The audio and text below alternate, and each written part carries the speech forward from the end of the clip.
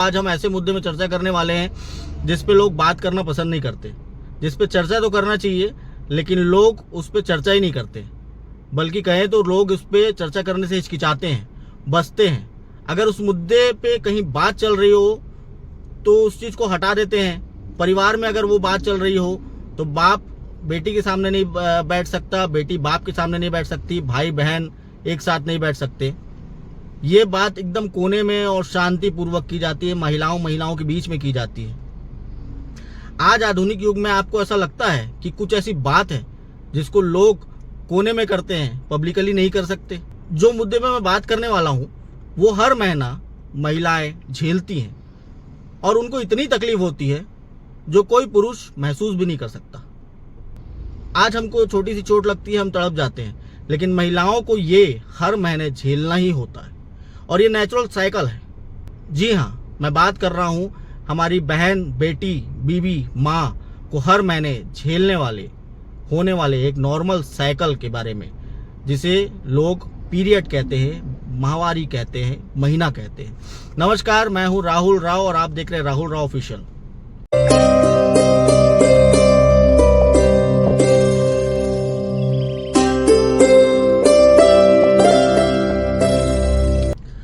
आज जब हमारा देश चांद पे पहुंच गया है, फिर भी हम पीरियड जैसी बातों पे चर्चा नहीं करते।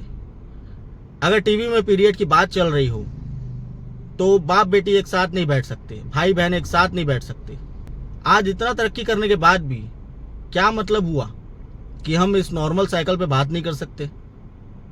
दूसरी ओर देखें, धार्मिक तंज में अगर जाएं तो धार्मिक में ऐसा है, अगर किसी महिला को पीरियड चल रहे हो तो वो कहीं मंदिर में दर्शन नहीं कर सकती, वो किचन में खाना नहीं बना सकती, वो पूजा के बर्तन नहीं छू सकती, मंदिर में प्रवेश करना तक वर्जित होता है। और ये हम सामान्य लोग, अगर हम जैसे अज्ञानी लोग बोले तो एक बार को चलता भी है, लेकिन बड़े बड़े ज्ञानी, मंदिरों के पंडित तक इस बात को मानते हैं और इस बात को फॉलो करते आ रहे हैं।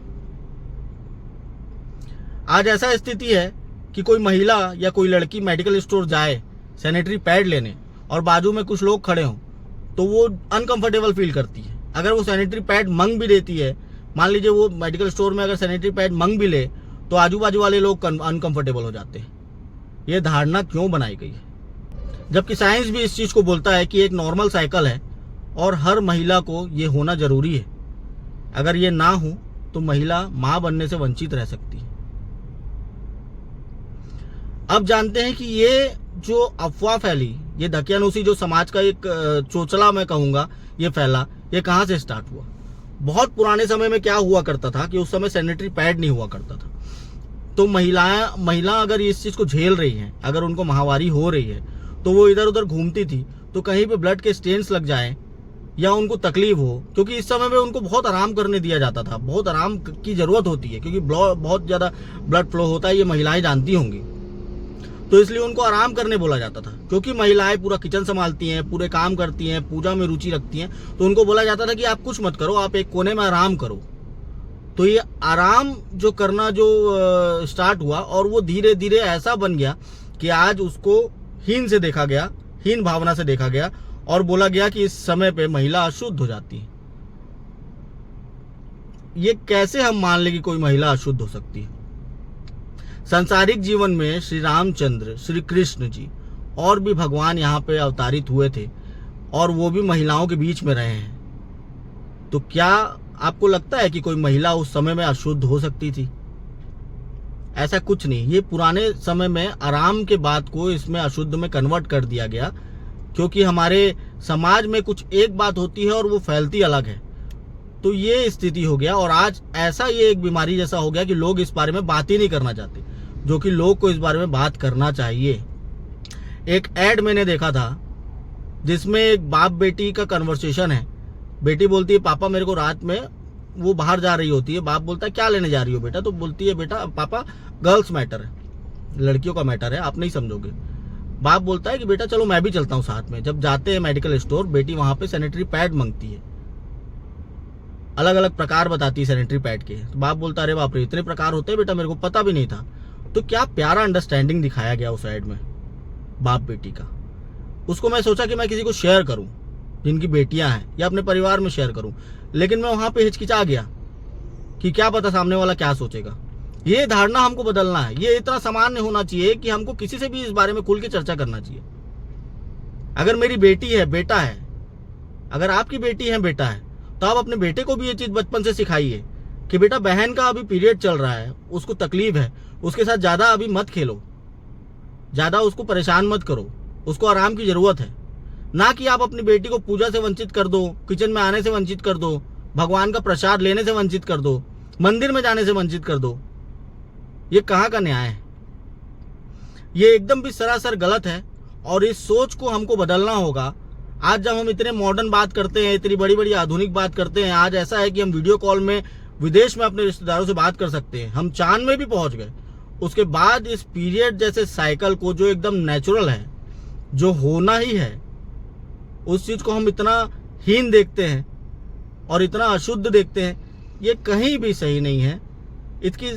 इसकी धारणा को समझिए, ये क्यों स्टार्ट हुआ और आज ये क्या बन गया है।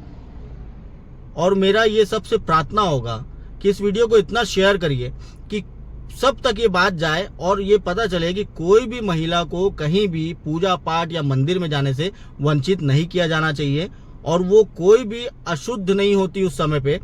आप बताइए, इतना मजाक की बात है कि वो 7 दिन, वो जिस समय उनको पीरियड चलता है उस समय वो अशुद्ध होती हैं, उसके बाद उनको किचन सौंप दिया जाता है, मंदिर सौंप दिया जाता है, सब सौंप दिया जाता है, क्योंकि पुरुष ये चीज नहीं कर पाते नॉर्मली। तो उसके बाद महिला सब चीज कर सकती है, उसके बाद वो अच्छी हो जाती है और उस समय फिर अगले महीने फिर आता है तो उस समय फिर उनको वो कर दिया जाता है। तो ये अशुद्ध नहीं, उनको आराम करने दिया जाता है, उनकी सेवा करनी चाहिए, उनका हाथ बटाना चाहिए। ये धारणा रखिए और इस वीडियो को इतना शेयर करिए ताकि लोगों की सोच बदले। और आप इस बारे में क्या सोचते हैं प्लीज कमेंट करके बताइए, ताकि मेरे को समझ में आए कि मैं क्या सोचता हूं और आप क्या सोचते हैं। और अगर मेरी बात गलत लगे तो वो भी आप कमेंट करके बताइए, उस पर भी चर्चा करेंगे। और ये इस तरह का जो ये ढकेनोसी बात है कि महिला अशुद्ध हो जाती है या ये हो जाता है, ये सब कहीं भी किसी किताब में नहीं लिखा है। अगर आपको कोई जानकारी हो, अगर आपको ऐसा लगता है तो आप ढूंढ लीजिए और मेरे को भेज दीजिए। ऐसा कहीं भी नहीं लिखा है, मैं पूरा श्योर हूँ। और कल फिर किसी मुद्दे पे बात करेंगे, ऐसे अनोखे मुद्दे में, बेबाक तरीके से। जब तक के लिए मेरे चैनल को सब्सक्राइब कर दीजिए, अच्छा लगे तो लाइक कर दीजिए, ना अच्छा लगे तो अनलाइक कर दीजिए, लेकिन कमेंट करके जरूर बताइए कि ये चीज होना चाहिए या नहीं होना चाहिए, और नहीं होना चाहिए तो क्यों नहीं होना चाहिए। और ज्यादा से ज्यादा शेयर करिए जो मेरी बातों से सहमत है, ताकि ये ढकियानुसी जो बात, जो अशुद्धता और ये सब उटपटांग चीजें फैली हुई है, ये लोगों के कान में जाए और इसके लिए माइंडसेट थोड़ा लोगों का चेंज हो। नमस्कार।